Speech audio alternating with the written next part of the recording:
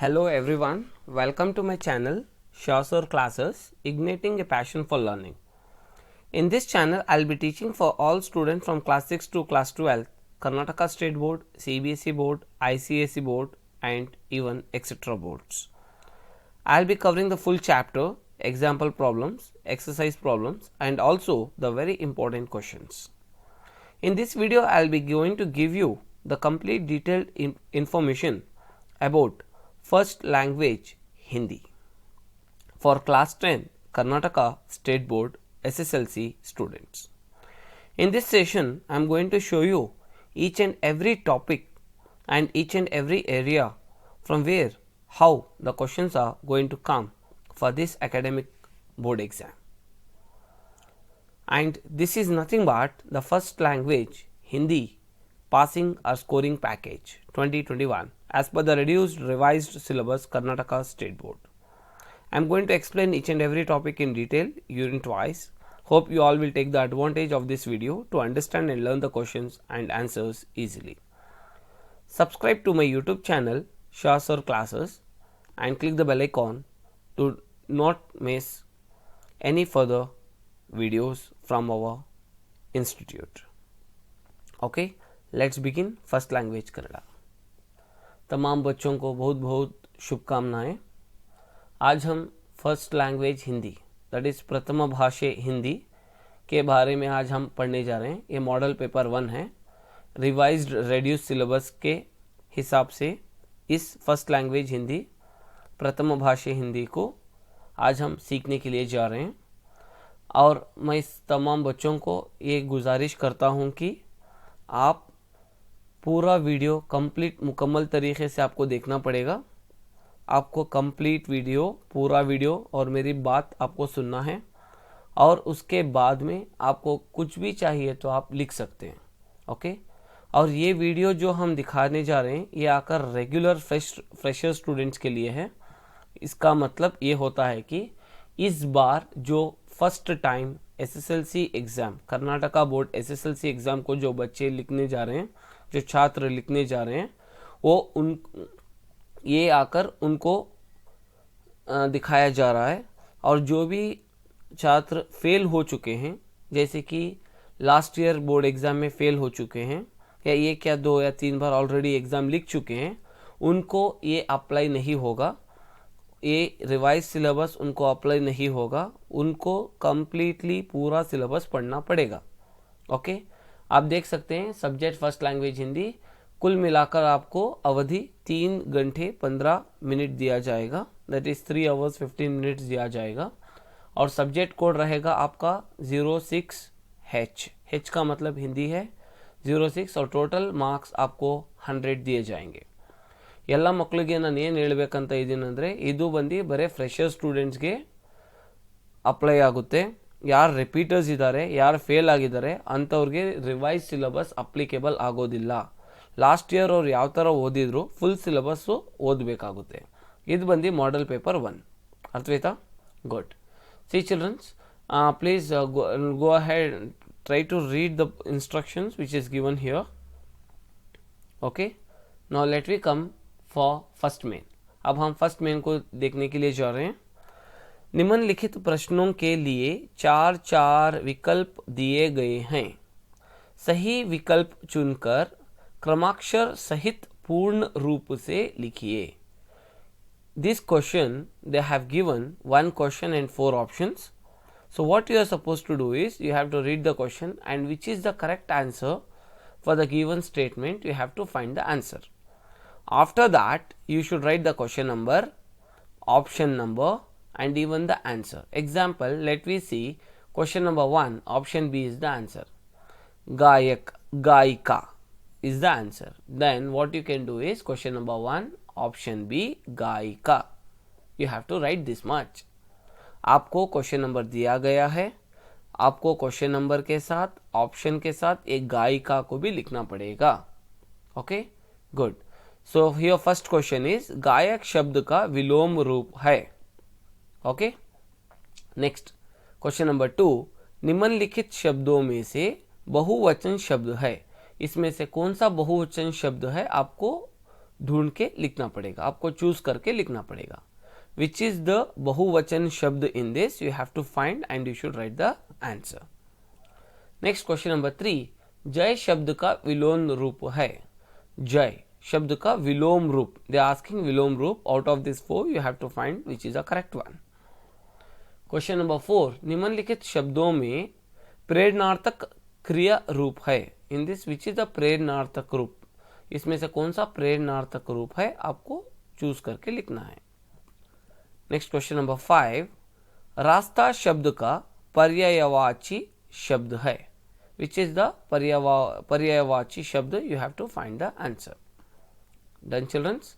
Next question number 6. As you can see here, 9 2 11 होना मुहावरे का अर्थ है. So what is the meaning of this? मुहावरे का अर्थ क्या है? You need to find the answer. As you can see here children, this first main carries 6 questions, right? Each question carries 1 mark, total 6 marks. आपको 6 प्रश्न दिए गए हैं, हर प्रश्न को 1 अंक मिलेंगे, मतलब कि 1 मार्क आपको मिलेंगे. कुल मिलाकर 6 मार्क्स मिलेंगे इस फर्स्ट मेन से. Okay, and next coming back to second main, as you can see here, प्रथम 2 शब्दों में सूचित संबंध के अनुरूप तीसरे शब्द से संबंधित शब्द लिखिए. दे have given one and they have given may be meaning और ऑपोजिट, या कुछ भी दिए गए. ये जो दिया गया है शब्द, उसी तरह से ये शब्द का भी अर्थ आपको लिखना पड़ेगा. Okay, here total 4 questions are given. Each question carries 1 mark, total 4 marks. Done. Next main, third main, निम्नलिखित प्रश्नों के उत्तर एक एक पूर्ण वाक्य में लिखे. दे have given here total 7 questions. आपको 7 प्रश्न दिए गए हैं, हर प्रश्न को आपको 1 अंक मिलेंगे. टोटल 7 मार्क्स आप स्कोर कर सकते हैं. You can score easily 7 marks from this main. Total 7 questions are given and each question carries 1 mark. As you can see here, the questions are on the screen. Done? Good. Next, fourth main, निम्नलिखित प्रश्नों के उत्तर 2 या 3 वाक्यों में लिखिए. You have to write the answer 2 to 3 sentences. आपको 2 या 3 वाक्यों में आपको लिखना पड़ेगा. हर प्रश्न को आपको 2 मार्क मिलेंगे. कुल मिलाकर आपको 10 प्रश्न दिए जाएंगे, जिसमें आपको 20 अंक मिलेंगे. So totally they have given 10 questions. Each question carries 2 marks and you can score 20 marks from these questions. As you can see here, the questions are on the screen. Done? Next, fifth main, निम्नलिखित लेखक अथवा कवि का परिचय दीजिए. It means in Kannada we call this as कवि परिचय. Okay? In Hindi कवि का परिचय आपको देना पड़ेगा. Doctor Iqbal. Next, Mannu Bhandari. Here they have given 2 कवि परिचयस. आपको 2 कवि परिचय दिए गए हैं. हर कवि परिचय को आपको 3 अंक मिलेंगे, तो 2 कवि परिचय से आपको 6 अंक मिलेंगे. दे हैव गिवन 2 कवि परिचयस इन विच ईच कवि परिचय you can score 3 marks and 2 कवि परिचयस they have given, so easily you can score 6 marks from this main. Okay, sixth main, चंद महाचान कर लक्षण बताइए. Okay, this main carries 3 marks. 1 question 3 marks, totally you can score 3 marks. आपको इस exercise से, इस मेन से आपको 3 अंक मिलेंगे. नेक्स्ट, 7th मेन, अलंकार पहचान कर लक्षण बताइए. इसमें अलंकार आपको ढूंढना है और उसका लक्षण बताना है. इससे आपको 3 मार्क मिलेंगे. From this main you can score 3 marks. Next, निम्नलिखित वाक्यों का संदर्भ सहित व्याख्या कीजिए. इसमें आपको 4 प्रश्न दिए गए हैं. हर प्रश्न से आपको 3 अंक मिलेंगे. कुल मिलाकर आपको 12 अंक आप ले सकते हैं. 4 questions, each question carries 3 marks and totally you can score 12 marks from this main. Next, 9th main, निम्नलिखित प्रश्नों के उत्तर 4-5 वाक्यों में लिखिए. 4 to 5 sentences. In 4 to 5 sentences you have to write. Each question carries 3 marks and you people can score 9 marks from this main. इस main से आपको हर प्रश्न को 3 अंक मिलेंगे. 3 प्रश्न दिए गए हैं, जिसमें आपको 9 अंक मिलेंगे. नेक्स्ट, निम्नलिखित पद्यांश की पूर्ति कीजिए. They have given the poem and you have to fill this. अथवा they have given 2 paragraphs. Out of these 2 paragraphs you should write any one. So easily you can score 4 marks from this main. You can see here, पैदा कर जिस dash dash dash स्वजीवन सारा अथवा जग में सुख dash को गले लगाना. Okay, you have to fill this. Next 11th main, निम्नलिखित पद्यांश का भावार्थ लिखिए. You have to write the summary of this. This main carries 4 marks. They have given अथवा. अथवा means they have given 2 questions. You can have a choice. आपको 2 प्रश्न दिए गए हैं, इसमें से कोई एक का आप आंसर दे सकते हैं, उत्तर दे सकते हैं. 12th में निम्नलिखित प्रश्नों के उत्तर 8-10 वाक्यों में लिखिए. 8 to 10 sentences. In 8 to 10 sentences you are supposed to write. So totally 2 questions they have given and you can get from each question 4 marks and total 8 marks. आपको 2 प्रश्न दिए गए हैं, हर प्रश्न से आपको 4 अंक मिलेंगे. हर प्रश्न से आपको 4 अंक मिलेंगे. कुल मिलाकर आपको 8 मार्क्स मिल जाएंगे.